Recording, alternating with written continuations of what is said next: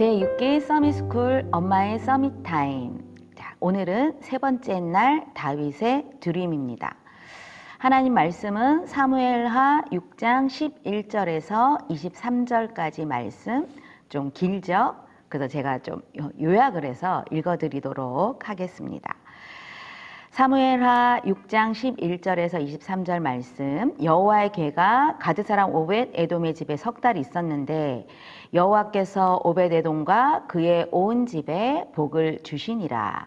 다윗이 언약궤를 기쁨으로 다윗성에 옮겨갈새 온 이스라엘이 힘을 다하여 춤을 추고 환호하는데 사울의 딸 미갈은 다윗을 업신여겼습니다.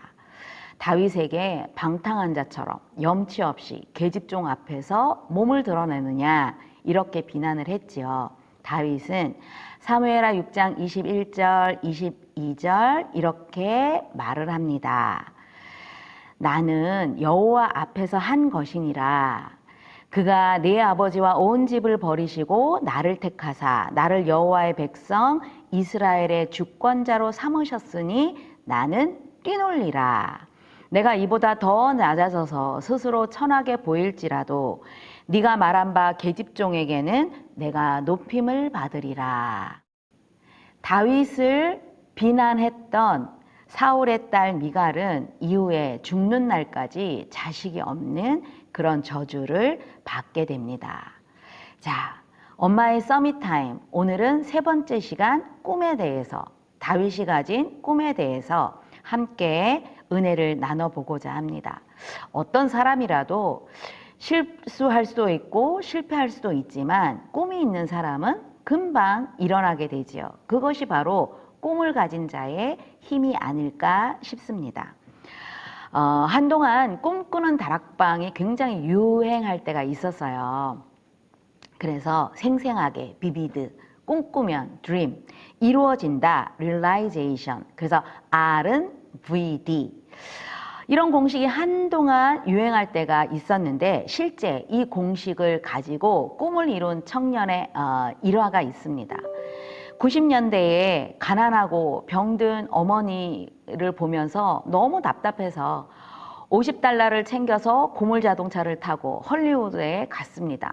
자신은 배우가 꿈이었거든요.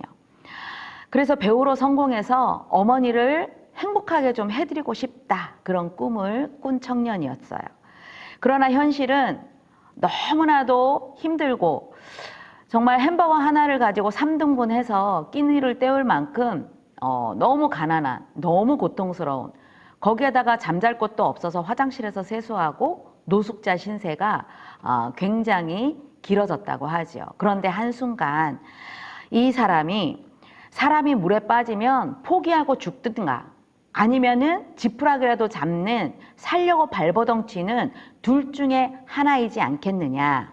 그래서 이 사람은 차라리 지푸라기라도 잡아보겠다, 이렇게 후자를 선택하고 인생의 벼랑 끝에 다 다른 그 순간 헐리우드가 바라보이는 그 산꼭대기에 가서 양팔을 하늘 위로 쳐들고 이렇게 외쳤다고 합니다.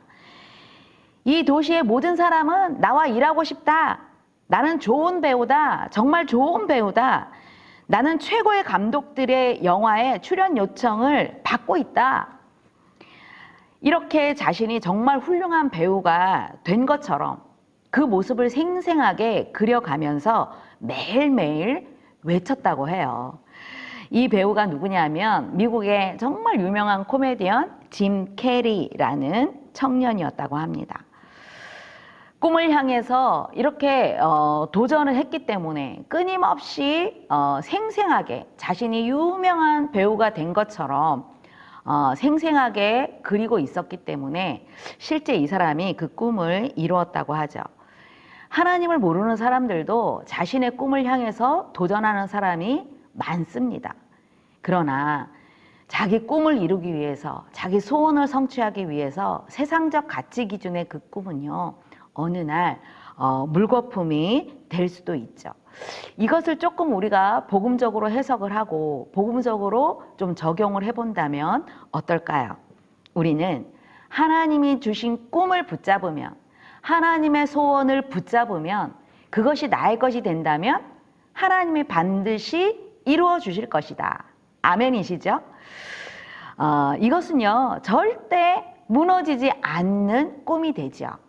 우리 자녀, 여러분들 어떤 꿈을 가지고 우리 자녀가 잘 자라기를 바라시나요? 하나님의 꿈을 심으십시오. 하나님의 소원을 심으십시오. 그래야만 하나님의 소원은 붙잡은 자를 통해서 하나님이 이루어 가시기 때문에 그 인생은 절대 무너지지 않을 수 있다는 것입니다. 다윗은 어떤 꿈을 가진 사람입니까? 바로 하나님이 주시는 약속, 언약, 이것을 자기의 것으로 삼아서 그것이 바로 꿈이 되었죠. 다윗은 하나님의 사람 사무엘을 통해서 언약궤에 대한 메시지를 전달받았을 것입니다. 사무엘이 누군가 우리 너무 잘 알죠? 사무엘은 언약궤의 비밀을 어릴 때부터 잘 알고 있었습니다. 언약궤는 바로 눈에 보이지 않는 하나님의 임재를 상징하는 것이었죠. 언약궤가 언제 만들어졌죠? 430년 노예 고통 속에 있던 이스라엘 백성들, 하나님의 백성들이 출애굽하여 광야에서 하나님께서는 언약궤와 성막을 만들어서 광야에서부터 하나님을 예배하는, 그동안 430년 동안은 노예의 고통 속에서 하나님을 잊어버리고 살았기 때문에 하나님을 예배하는 자, 그것이 얼마나 큰 축복인가 하나님께서 알게 해주시려고 언약궤와 성막을 만들라고 말씀하셨죠. 그리고 하나님께서는 출애굽기 25장 22절에 거기서 내가 너와 만나고 속죄소 위 곧 증거궤 위에 있는 두 그룹 사이에서 내가 이스라엘 자손을 위하여 네게 명령할 모든 것을 네게 이르게 하겠다 약속을 주신 것입니다. 언약궤는 하나님이 하나님의 백성, 하나님의 자녀를 만나주시는 굉장히 중요한 하나님의 임재를 상징하는 그런 장소였죠. 이 언약궤 속에는 하나님께서 직접 새겨주신 10계명의 두 돌비가 들어있고, 또 이 언약궤 속에는 아론의 마른 막대기, 쌍난 지팡이, 그것은 하나님의 능력을 상징하는 것입니다.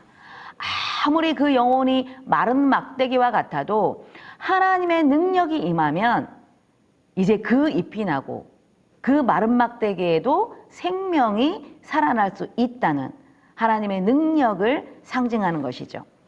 그리고 이 언약궤 속에는 만나를 담은 항아리, 하나님의 백성은 하나님께서 먹여주고 입혀주시고 인도하시고 보호하시는 그 축복을 주신다는 의미입니다. 그래서 이스라엘 백성이 하나님의 말씀 따라 순종하면서 언약궤를 맨 제사장들이 앞서서 행진할 때마다 하나님께서는 어마어마한 기적을 일으켜 주시고, 언약궤를 따라서 진행하는 곳마다 하나님은 흑암의 세력을 무너뜨려 주셨던 것입니다. 가나안 정복 때에도 언약궤를 맨 제사장들이 발을 요단강에 담그는 그때에 요단강이 갈라지게 되었죠. 여리고성, 열심히 군사력을 길러서 여리고성을 함락시켰나요? 아니었습니다. 언약궤를 맨 제사장들을 따라서 조용히 7바퀴 돌아라, 그 말씀에 순종할 때에 하나님께서는 어마어마한 철옹성과도 같은, 절대 무너질 것 같지 않던 여리고 성이 무너졌던 것이죠. 여러분들 생각을 한번 해보십시오. 언약의 백성, 하나님의 백성들이 말씀 따라 순종하면서 여리고성을 도는데 그 여리고성에 어마어마한 돌들이 바깥으로 쏟아졌다고 한번 생각을 해보십시오. 그 성의 돌들이 바깥으로 쏟아졌다면 말씀에 순종하면서 여리고성을 돌던 하나님의 백성들이 다 생명을 잃어버렸을 것입니다. 그런데 하나님께서는 얼마나 세밀하고 놀라운 계획으로 하나님의 백성을 지켜주시고 보호하시느냐. 여리고성의 그 어마어마한 성이 안으로, 그 돌이, 성벽이 안으로 무너져 내렸던 것이죠.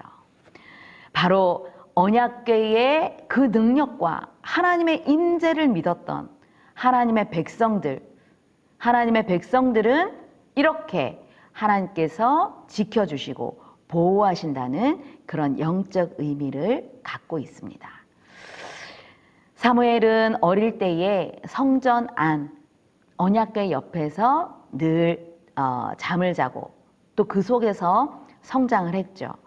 하나님의 음성이 끊어졌던 그 사사시대의 말기에 사무엘은 언약궤 옆에서 늘 잠을 자면서 사람들과 여호와 앞에 더욱 은총을 받는, 더욱 사랑을 받아가는 그런 어린 시절의 배경을 갖고 있었죠. 이렇듯 하나님이 함께 하시는 그 비밀, 그 축복을 알고 있었던 것입니다.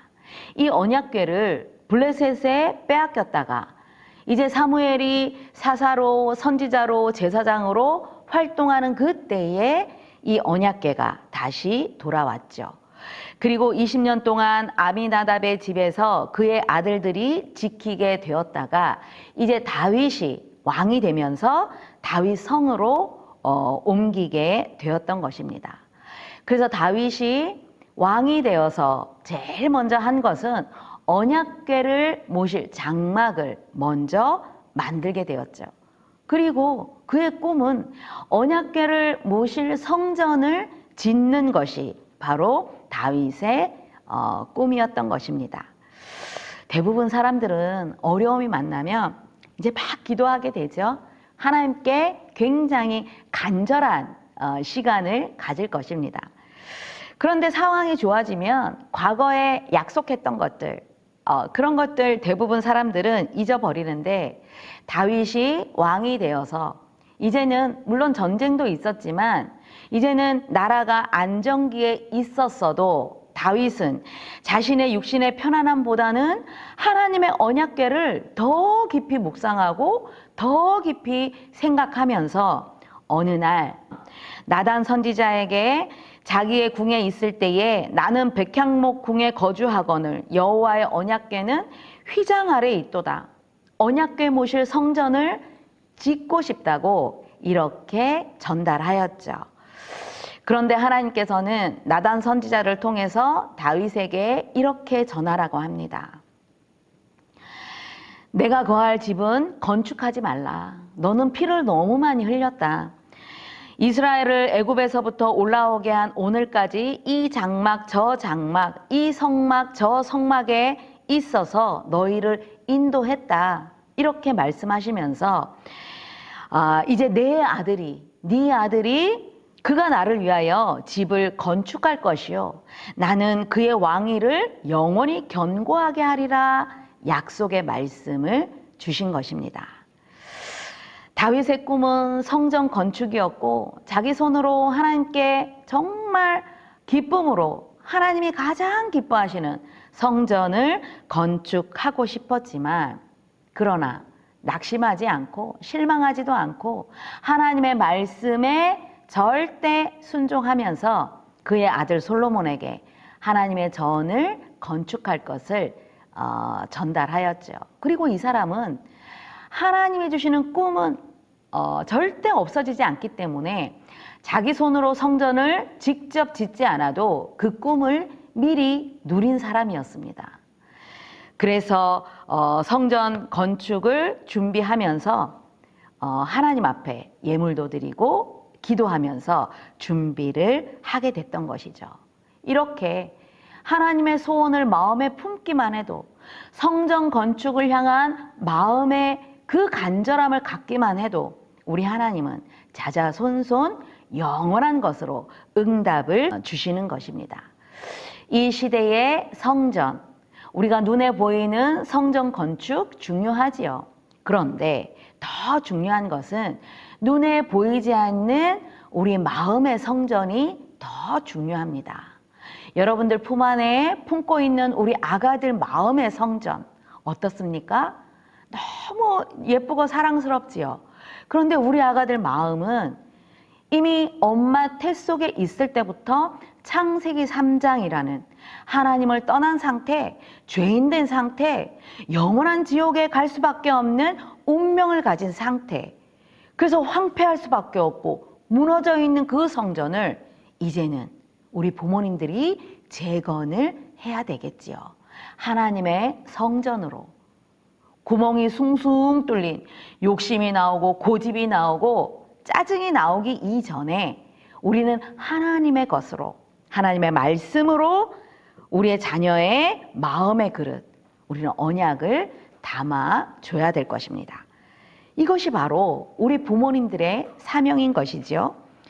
그래서 언약의 말씀과 기도의 누림과 전도의 사명이 우리 자녀의 마음에 담겨지도록, 그래서 이것이 끊임없이 각인이 되고 뿌리가 되고 체질이 되어진다면 우리의 자녀들은 하나님이 원하시는 그 꿈을 가지고 성장하는 렘넌트가 된다는 사실입니다. 다윗이 가진 꿈이 하나님과 방향이 맞았기 때문에 영원한 응답 속에 있게 되었습니다.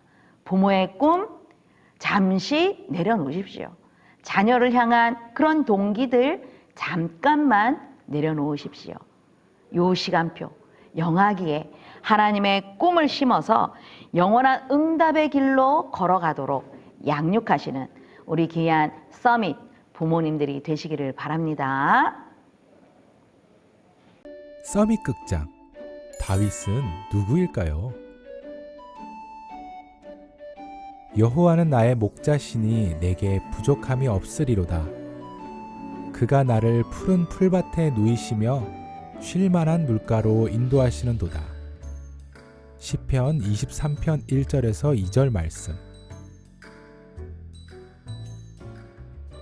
베들레헴 목동이었던 다윗은 형들과 달리 집에서 멀리 떨어진 곳에서 양들을 돌보며 홀로 지내야 했어요. 왜냐하면 무서운 사자와 곰이 눈을 번뜩이며 양들을 물어가려고 했기 때문이지요. 어린 소년이었던 다윗은 가족들 없이 혼자 지내는 것이 무섭고 외로웠지만 하나님을 사랑했던 다윗은 늘 기도했어요. 하나님, 제가 혼자 이곳에 있어서 외로워요. 하나님, 사자와 곰들이 양들을 잡아갈까봐 무서워요. 다윗을 너무도 사랑하셨던 하나님은 늘 다윗의 기도에 귀를 기울이셨어요. 그리고 다윗의 생각과 마음에 지혜를 듬뿍 주셨지요. 어떤 지혜를 주셨을까요? 사자와 곰을 두려워하는 마음 대신 사자와 곰을 물리칠 용기와 물맷돌 던지는 연습을 하는 지혜를 주셨어요. 사자가 나타나서 양을 물어가려고 하면 다윗이 물맷돌을 던져 사자의 이마에 딱! 명중!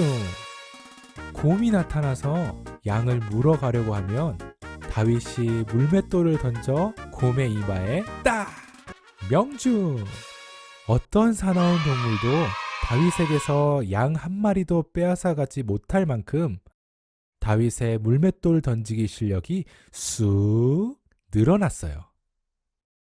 하나님은 다윗의 외로운 마음에는 노래를 짓는 지혜를 주셨어요.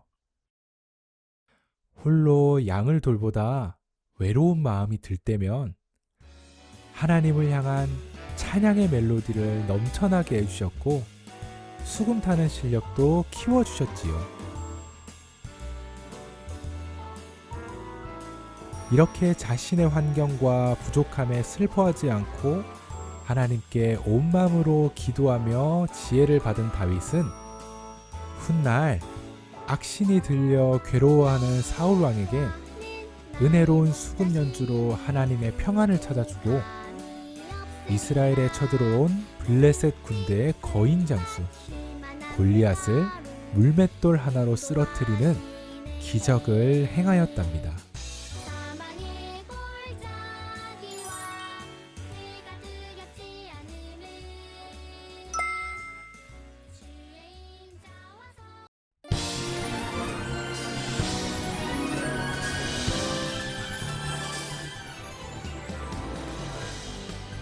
안녕하세요. 윤교현 선생님입니다.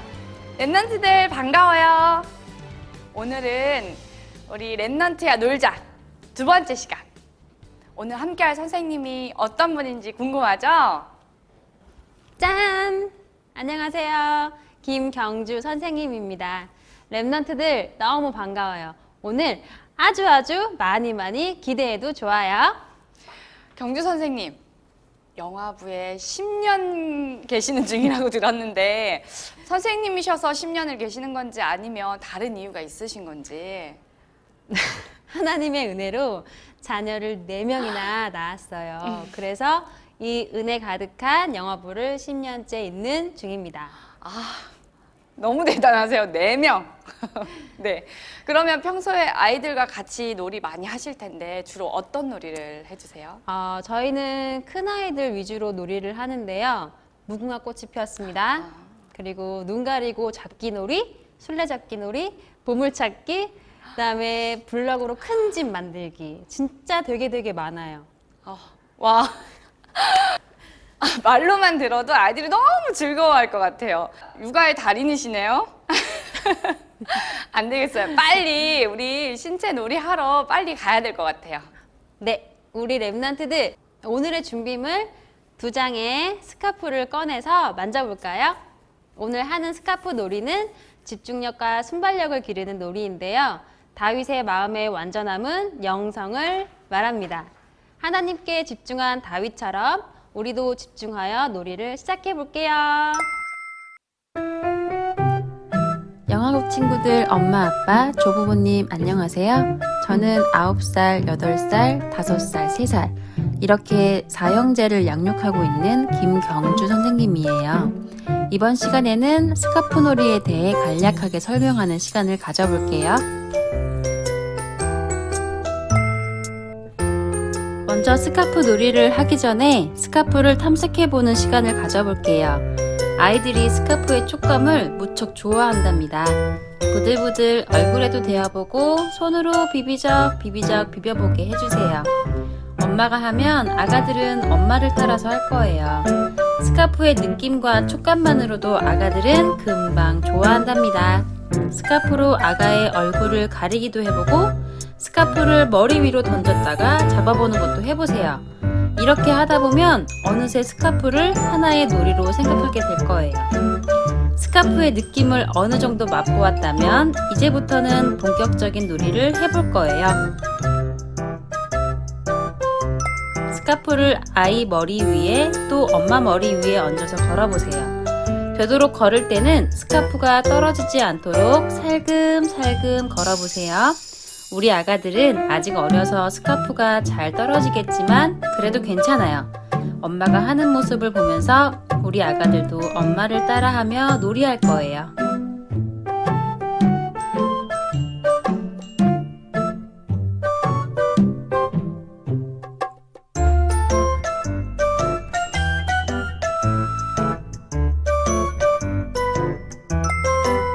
다음은 스카프로 꼬리 잡기 놀이를 할 건데요. 엄마나 아빠 엉덩이 쪽 바지에 스카프를 꼬리처럼 끼우고 스카프를 뺏는 놀이예요. 형제자매가 있는 집에서는 큰 아이들과 함께 해주시면 우리 아가들도 쉽게 인지하고 따라할 수 있을 거예요. 잡기 놀이 하면서 우리 아가들도 안아주시고 우리 아가들 엉덩이 쪽에 스카프를 끼워서 엄마가 혹은 아빠가 잡는 신용을 하는 것도 아가에겐 큰 즐거움이 될 수 있어요.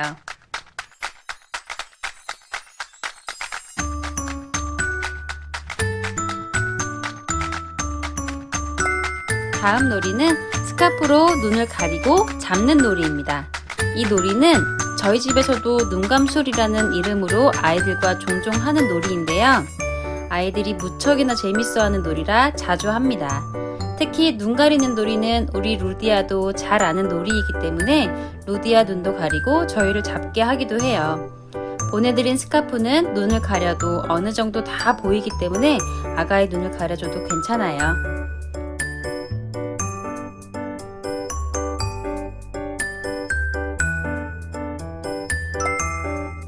스카프 스케이트는 저희 집 큰아이들이 자주 하는 놀이이기도 해요. 아직 큰아이들처럼 할 수 없는 우리 아가들은 엄마가 직접 손을 잡아 끌어주는 것도 좋은 놀이예요. 엄마 손을 잡고 여기저기 스케이트를 탄다면 아가들도 엄청 좋아할 거예요.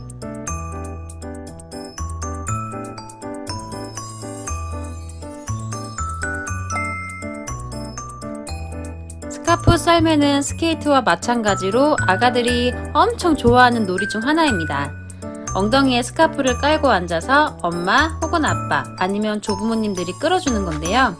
큰 아이들은 영상에서 보는 것처럼 스카프를 직접 잡고 끌며 다닐 수 있어요. 온몸에 힘도 들어가고 놀이이지만 운동하는 효과도 있으니 즐거움은 배가 될 수 있어요. 그리고 썰매타기나 스케이트 놀이는 매트 위에서는 조금 어려울 수 있어요. 맨 바닥에서 하는 것이 더 효과적입니다.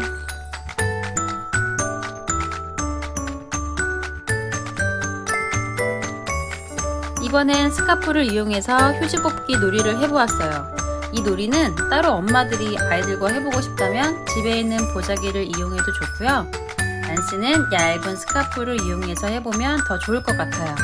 다 쓴 물티슈 케이스에 여러 장 연결한 스카프를 넣어서 휴지를 뽑듯이 뽑는 거예요.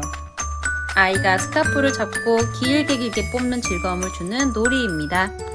각 티슈를 해도 나쁘진 않지만 나중에 정리하기 버겁다면 이렇게 영상에서처럼 여러 장의 스카프 혹은 하나의 큰 보자기를 이용해서 스카프 뽑기 놀이도 추천드립니다. 너무 즐거웠어요. 아니, 스카프 한 장으로 우리 랩넌트부터 어른들까지 즐거운 놀이가 가능하네요. 맞아요. 저도 우리 아이들과 놀이할 때 한바탕 웃고 떠들고 나니까 스트레스도 풀리고 몸과 마음이 한결 가벼워지더라고요.